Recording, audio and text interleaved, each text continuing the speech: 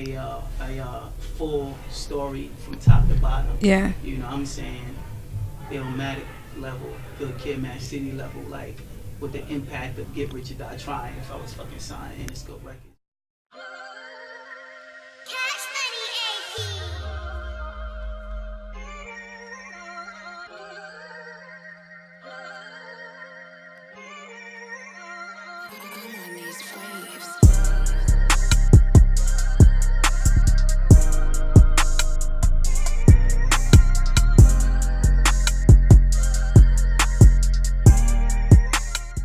Well, what's interesting is that there was like different moments where I tapped into it. So on Preseason, which was an EP I dropped in 2015, it had a record that I really loved, and then I pulled it out, and it's called Escape. And I added drums, expanded the entire record out. And in 2012, I had put out my first original body, not my debut album, but just the original body work called Sound Therapy. And it had another record on there that I was like, these moment flashes in the paint, but it's like I tapped it in there. Yeah. So when I was working on that album, I pulled back to those moments. But I would say in comparison, this is just way more defined, way more focused, way more zeroed in on exactly who I am, where I'm from, what I've experienced, and how I've overcame those hardships. Yeah. And the key in that is knowing and I guess elaborating on that was when I started working on this album. I was thankful of where I was at. So when I wrote it, it felt and came across more as a celebratory story versus I'm blaming my mom for doing drugs because I didn't make it, or I'm blaming it, so I'm blaming that. So I'm giving you the story, but at the end of it, there's like this moment of triumph that I hope the audience is able to grab onto. I like that.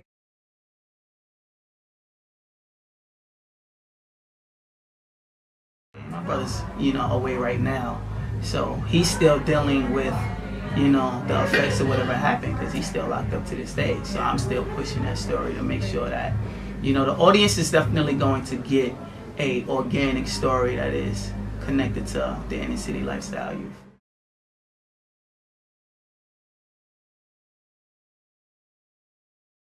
I was just like, yo, I've been doing music for a while. I'm exhausted. The game is changing now, so it's less about talent, it's less about creativity, it's a little bit more about gimmick, or, I'm in a big market, which is New York City. Like I always say, I would be a hometown hero if I grew up in a small town. I would be that. I guarantee that. I done worked in community. I done did a lot of groundwork.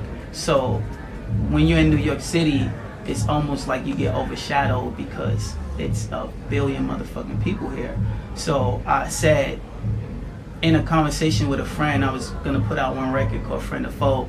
He was like, this shit cool, but bro, anytime we building, you ain't never really putting that shit in the music, so maybe that's what you need to do. So I said, wow. I kind of got offended, like, my music got taken away. He's like, yeah, but you ain't really giving it to them how you talk. Right. So I said, well, at the bare end of it, ready to throw the towel in, I said, well, before I leave, they're gonna at least know who I am. At least they're gonna know my story. At least they're gonna know where I come from. So that's when it clicked, and it was just like, get right to it, and a whole new version of me was reborn.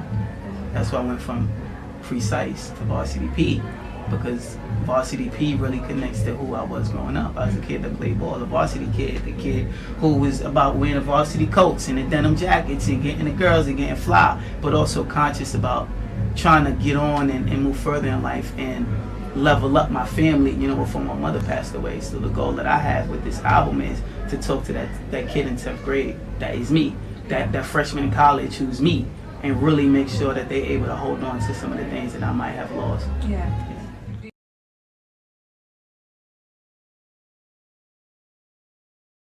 No shade, but I can do all that bullshit, but I don't think that's gonna allow me to sleep at night. It's not gonna allow me to sleep at night, so I would rather take the long way and be able to sleep, and at least the people that follow me are really connected to who I really am.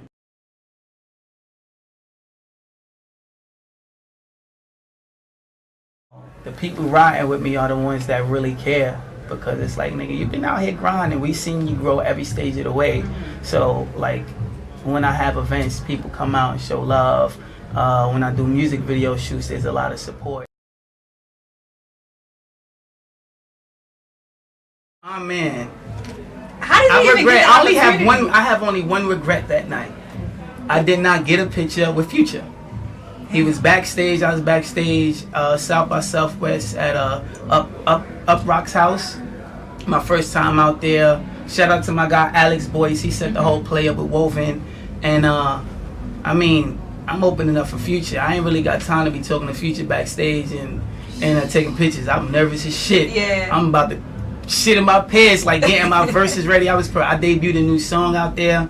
Man, but it was an amazing experience. Yeah. How did the audience it was literally it was literally the night he dropped 56 Nights. Okay. So this is Future when he becomes the Future. Yeah. You know, this is like not the Future he is. Right. This is when he was like, and then he drops 56 Nights, and that changes who he becomes to the culture. So that night he dropped that, and I opened up for him. It was an amazing experience. And it wasn't like 3 acts before me. No, I literally opened up with 3 records, and then he came on 15 minutes after that and killed it. Was he able to listen to you perform? Yeah, he was backstage. Were you able to talk to him?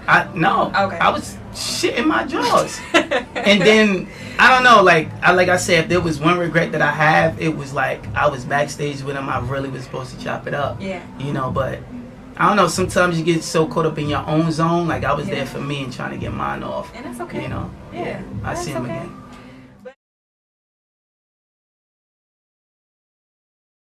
Alex Boyce worked for Woven, and they had a deal with Rocks, and I've been doing some music stuff. Some people pitched them to me, and it was a platform. He said, I want my guy to do that, and that was, you know, history.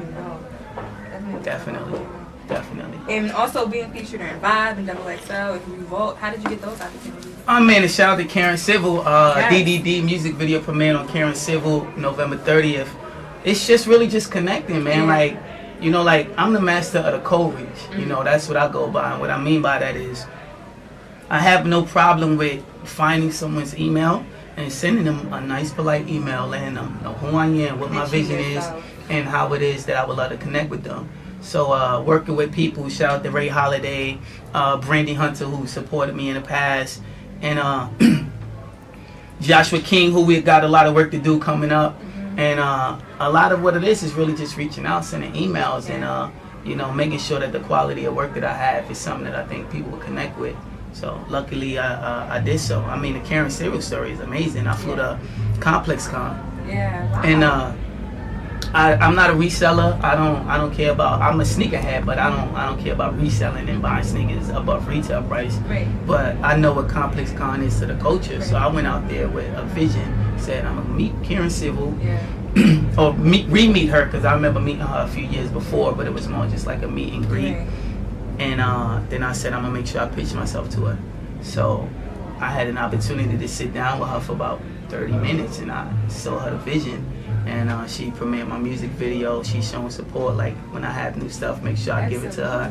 And I'm just getting in front of people, man. Like I said, as long as you and you're being the best you and the best version of you, get yourself in front of as many people as you can. And if they care and you have something that is worth it, you know, they'll support it. Yeah. So I love that's it. all Now, those things happen.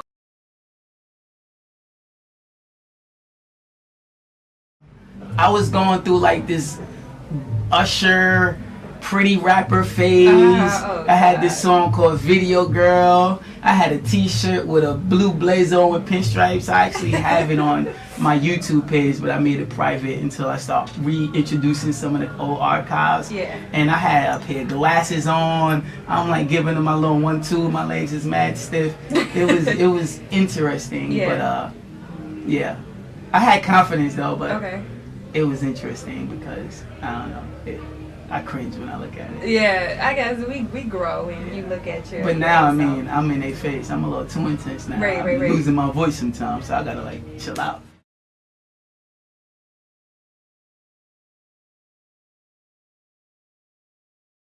He is the narration of what the epitome of the hustler's goal is, to find a way to transition out the streets and become Hov. So I guess Jay-Z was big, and then the next one is Tupac. I mean, I would put Tupac in terms of impact and influence before Jay-Z, and And that's because Tupac was just bigger than music. Tupac was purpose. You know, and Tupac wasn't the rah-rah shit that people just want to put out there that was salacious and was shock value. You know what I mean? Like, I put out a mixtape in 2013 called I Love People But Hate Crowds. And I went through Tupac's archives of interviews, and I chopped up a bunch of different interviews and placed them as skits throughout the whole album, because the goal was to get people to stop being so much of following the crowd and come back to being an individual. You know, stop waiting for the hype to shout out what you enjoy. Stop talking all the time about the shit you don't like, and start being proud and repping the shit that you do like. You know, and so going through that moment, I was like, yo, Tupac was well before his time. Very much so. You know, less about music and way more about purpose and impact and what he stood for. Because I felt like he stood for the greatness of black and even all people to be in a fight and to stand for something. And when shit just ain't right, like, you gotta say something. Like, niggas is insane. We just letting everything fly now. Let me in, y'all. Come on. Let me in. I'm gonna be nice and polite about shit when it needs to be, but there's a lot of shit out here that we just need to start calling for how it is, because it's messing up us as a people and a culture. And I'm not talking about people want to make songs about drugs. What the fuck you want to do? It's just really shit that's really gonna connect all the way to the source and the core of who we are as a humanity. You know what I mean? We rotting right now. We rotting. Soul-wise. Let me put time into going to the gym so I can physically alter my body in a more healthier way. Hype. Let me go take the shortcut and see a plastic surgeon and risk my health, my life, to look good for maybe myself or others. But not condemning those, but wait, put some time in, because that process is going to make you way more confident and better feeling of yourself. That plastic surgeon ain't gonna give you the confidence that you really need, but getting that fucking gym is. And I ain't saying to be whatever, but at least put that time in. They can't take that away from you. You put that time in. So talent is putting the time, the integrity, the grind to really cultivate you to be the best version of yourself. And that's in music, that's in what you do, putting them 10,000 hours in. Whether you make it or not, can't nobody take that from you. So you stand on that stronger than if you just pay for some shit. So, I don't know, I'm serious about that one. I love that. I love that. 2019 is the best years of my life. Musically, it's gonna be the most volume of music I put out. I feel like I've allowed my, let me not say allowed, I've been thankful that my fans have been patient for my debut album, because I've literally been saying debut album coming soon since 2016, since I kind of got the idea and I knew what I was running with. So I would say spring we dropping a debut album. You know, we're gonna hit South by Southwest. You know, I'm hoping that with this new PR partnership that I have, we can hit the festivals, we can really kill it with the album. Some new really incredible music videos. DDD was the first installation of a handful of videos, storyline that I'm putting out off the album. Corner Chronicles is up next, Hoop Dreams Escape. Man, we just gonna flood it with some real high volume, high quality music videos. And towards the fall, I have a few EPs I'm gonna drop. I mean, I'm just gonna unload a lot of music this year, because it's it's not even about streaming. I just have been working and had music, and I have stuff that I've not put out. Then now it's time to make sure when y'all hit my Spotify page, Varsity P, it's looking crazy over here, because you got options. You got some shit to get through. All right. Yeah, I'm gonna throw up my old stuff up there with some new spices, some songs that I never put out that were on those projects. So Preseason was an EP of 7 songs. I got 10 songs because it was an actual album. I'm putting those songs out with it. So yeah, it's a lot of work. I love.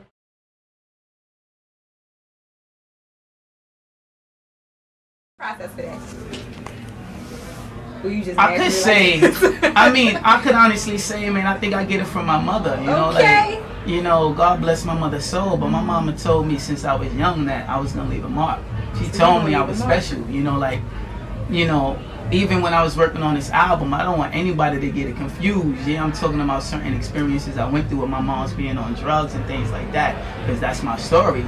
But when you get to that last song, which is called Terry's Son, I'm talking about my mother making sure that she instilled confidence in and love, you know. And I've met a lot of people in my journeys who might have had two parents in the home, but they didn't get that mom or that dad to tell them they could be something. So I might have had certain shortcomings, but having someone who told me they believed in me, it allows me to wake up with an upbeat mentality. It allows me to wake up more positive and see things more positive than negative. I came from the same shit as everybody else. I could easily be the kid in jail giving up or falling into the traps and things like that. And I know they're out there, so I'm not, you know, condemning anyone, but I'm just saying I've come through enough where I could easily have a big victim mentality, and I choose not to. I love that. Now, being that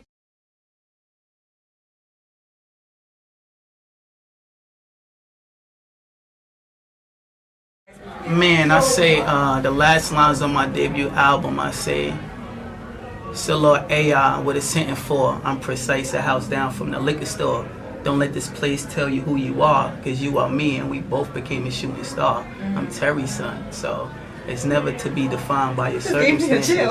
You know, never be defined by your circumstances or hardships. Know that you can overcome those situations, you know, have self-belief and confidence in yourself, and continue to push through Talent Over Hype." Yes.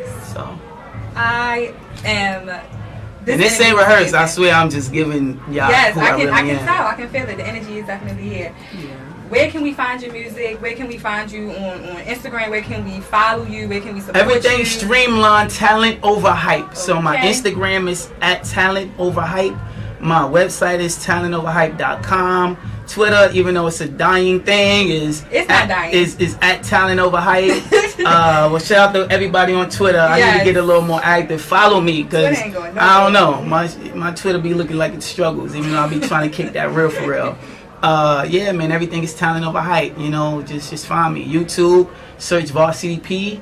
Spotify, Tidal, Apple Music, Varsity P. You can find me. I have one single out right now. All my previous stuff I took down because I'm trying to really focus on what I'm delivering y'all. And then as the year goes on, I'm going to start reintroducing some of the old stuff to the new listeners. I love that. Thank you so much for joining me today on the Vibe with Ryen Watkins, BBox Radio, Brooklyn, New York. I am your host.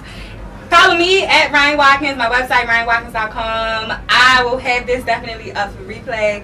Woo! Thank you again, Varsity P. You guys have an excellent, excellent weekend. Good night.